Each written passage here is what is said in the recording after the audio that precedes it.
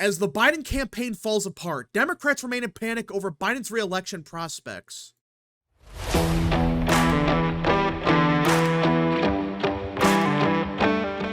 What is up, people of the internet? It is me, Real American, back again with a new video, and today we have to talk about the failing Biden campaign, because let's face it seems like with each passing day, his chances of winning re-election keep going down and down and down. And it's getting so bad that Democrats, 3 weeks after the debate, are still in a complete panic over his re-election prospects. It is getting so bad that each day at this point, no, each hour, we're getting an article from Politico, Axios, NBC, wherever, where a bunch of Democrats, staffers, whatever, are running to the media and admitting, yeah, we don't have a pathway to winning, we're gonna lose, we're not in a good position. So let us get into it. As President Joe Biden's support continues to crumble, his party's reckoning with the possibility of a punishing defeat in November, a potential GOP wave that would not only elect former President Trump, but also sweep away Democrats from power in Congress. Yeah. The first thing they talk about is, it's getting so bad, we could be seeing a Republican wave. Now, I am not saying for sure that's going to happen. I still think Trump's going to win, but it's not going to be a red tsunami. But I can see a pathway where, yeah, there could be a red tsunami come November. Their angst about Biden prompted Congressman Mike Levin of California to ask the president directly on Friday to consider dropping out. Yeah, Mike Levin, who, by the way, he's not in a, toss-up district. At least I thought. I mean, this is like a Biden plus 15 district. You would think on paper that would be a safe Democrat seat. Nope. According to Politico, it seems like Mike Levin might be in trouble. Biden is doing so badly that Mike Levin of all people had to say, hey, Joe, you might have to drop out. The fact that he's worried about re-election should tell you everything. This is not some Democrat in a Trump plus 10 district. No, this is Biden plus 5 or Biden plus 10. It's a very Democrat seat. And he's worried about losing. A stunning confrontation that's deeply rattled Democrats who are already anxious about the high stakes of the moment. Biden's response, according to a member on the call, I'm running. In other words, you're not going to get me out of here. I'm staying here no matter what.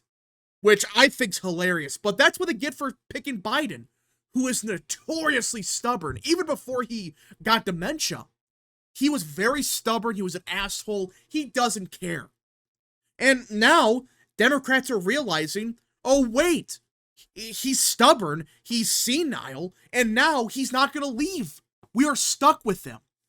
And there's a newfound urgency. Democrats are realizing that Biden's pathway to victory is becoming narrow. His chances in critical Sunbelt states like Arizona and Nevada are dwindling, some Rust Belt states are at risk, and blue safe zones like New Hampshire are suddenly in play. Yeah, that's Politico. That's not what I'm saying. Politico is admitting, yeah, New Hampshire's in play. I still have doubts about that.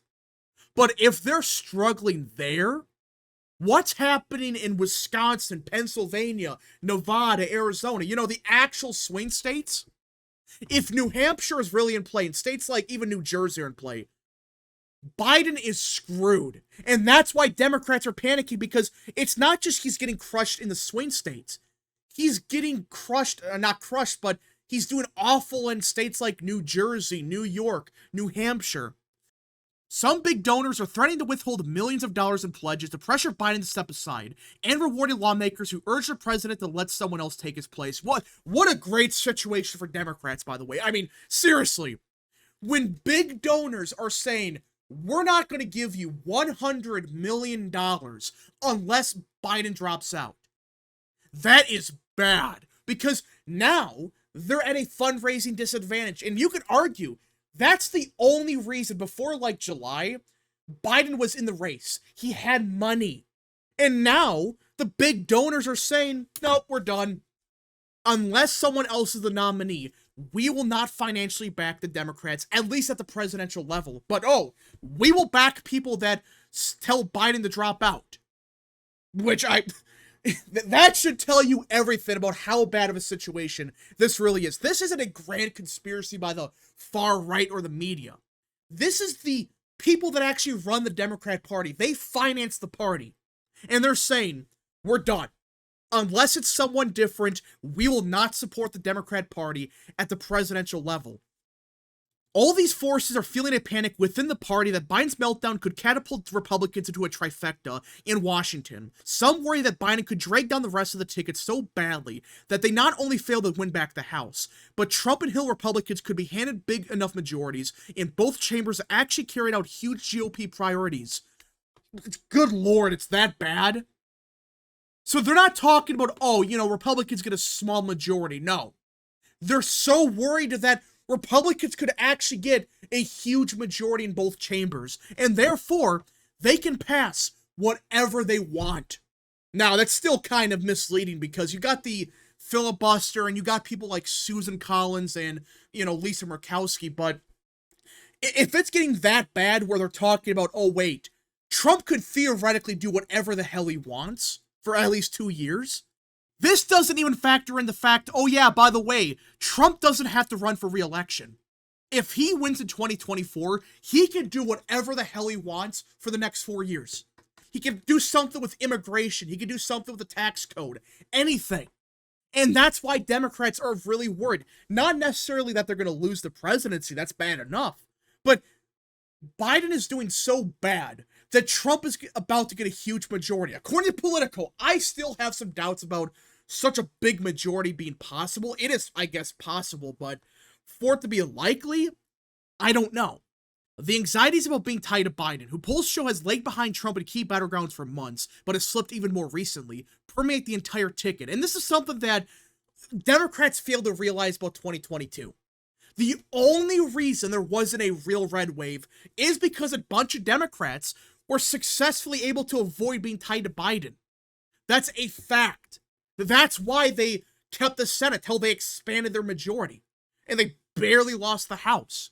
That's the only reason, by the way. I guarantee you, if Republicans tied Democrats to Biden even more, they would have an actual majority, not just in the House, but in the Senate. You're talking about people like Adam Laxalt winning. I really believe that. But now, Democrats are realizing, oh wait, now Biden is in fact on the top of the ticket. Democrats' quest to assert more local control may be compromised as well, as Biden's crisis could jeopardize their attempts to flip legislative chambers in states like Arizona and Pennsylvania. And this is a very under-talked about fact about 2022, or 2024, I should say. Democrats have small majorities in Pennsylvania, Michigan, Minnesota, and if they have a really bad night in 2024, these small majorities could be gone. In fact, you could see Republicans gain in places like even Wisconsin, places like Pennsylvania, states like even Georgia or North Carolina. That's the problem for Democrats. That, in my opinion, is their biggest fear. If Republicans gain huge majorities in North Carolina, Pennsylvania, Wisconsin, Michigan, Arizona, even try to win the majority in Nevada, it's unlikely, but it could happen. Well, Democrats have a big problem because these areas they thought, oh, we have the majority forever in Nevada. There's no way we're going to have a trifecta in even North Carolina. But now there's a legitimate possibility they do so bad that these quote-unquote gains that they made during the midterms, well, they're probably not going to hold on. Which, that's what Democrats banked on, by the way. They really believe that, well, since we did so good in the midterms in places like Michigan, Pennsylvania, even Arizona, we're going to win all these states by large margins in 2024. Not anymore. They're realizing quickly, nope, we are in deep shit, especially if Biden's the nominee. If this were any other Democratic candidate, we could talk about how terrible the 34-count convicted felon is, but we're in discussion about Biden's age. What? What are you talking about? This campaign has been built on the fact that, well, Biden's not a felon, but Trump is. That's the entire campaign. And yeah, you have to talk a little bit about Biden's age now, but you're going to have to anyways, because even before the debate, Biden had some serious questions about his age. Like, okay, could he even last another 4 years, let alone even the rest of this term? All the debate did was amplify, oh wait, yeah, there's a big problem here. More than 24 lawmakers, Hill staffers, state officials, and Democratic operatives were interviewed for this article. So this isn't just one person saying, yeah, the entire party thinks that there's no pathway for Joe. No, this is dozens of people. So you're telling me with a straight face, there's some people that actually believe this, by the way, that the media is making up 24 different sources for their own narrative. I guess they could do that theoretically, but you're telling me that they're not the only one doing this. You got Fox News doing this. You have Axios. You have NBC, CNN. Every single outlet is making up fake sources. Bullshit. There's no way in hell that you have every single outlet making up the same sources. That's not going to happen. You're telling me there's not one person in the entire industry that exposed this. No. The reality is a bunch of Democrats are realizing this guy can't win.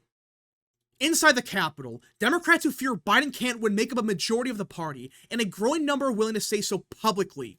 Yeah. According to Politico, which, again, this could theoretically be old BS. They're telling Politico, people inside the White House, on Capitol Hill, all of that. They're admitting that a majority of Democrats, they don't think he can win. Not just, a vocal minority. It sounds like, no, it's a majority. But the problem is, a bunch of them are scared to even say anything. Like, oh crap, if I say something, I could be in deep trouble. But it sounds like people are realizing, wait a minute. We're not the only ones that want this guy gone. So does the vast majority of not just Republicans, not just independents, but now you have a bunch of Democrats, voters, by the way, not just the elites, not just the media. They want this guy gone.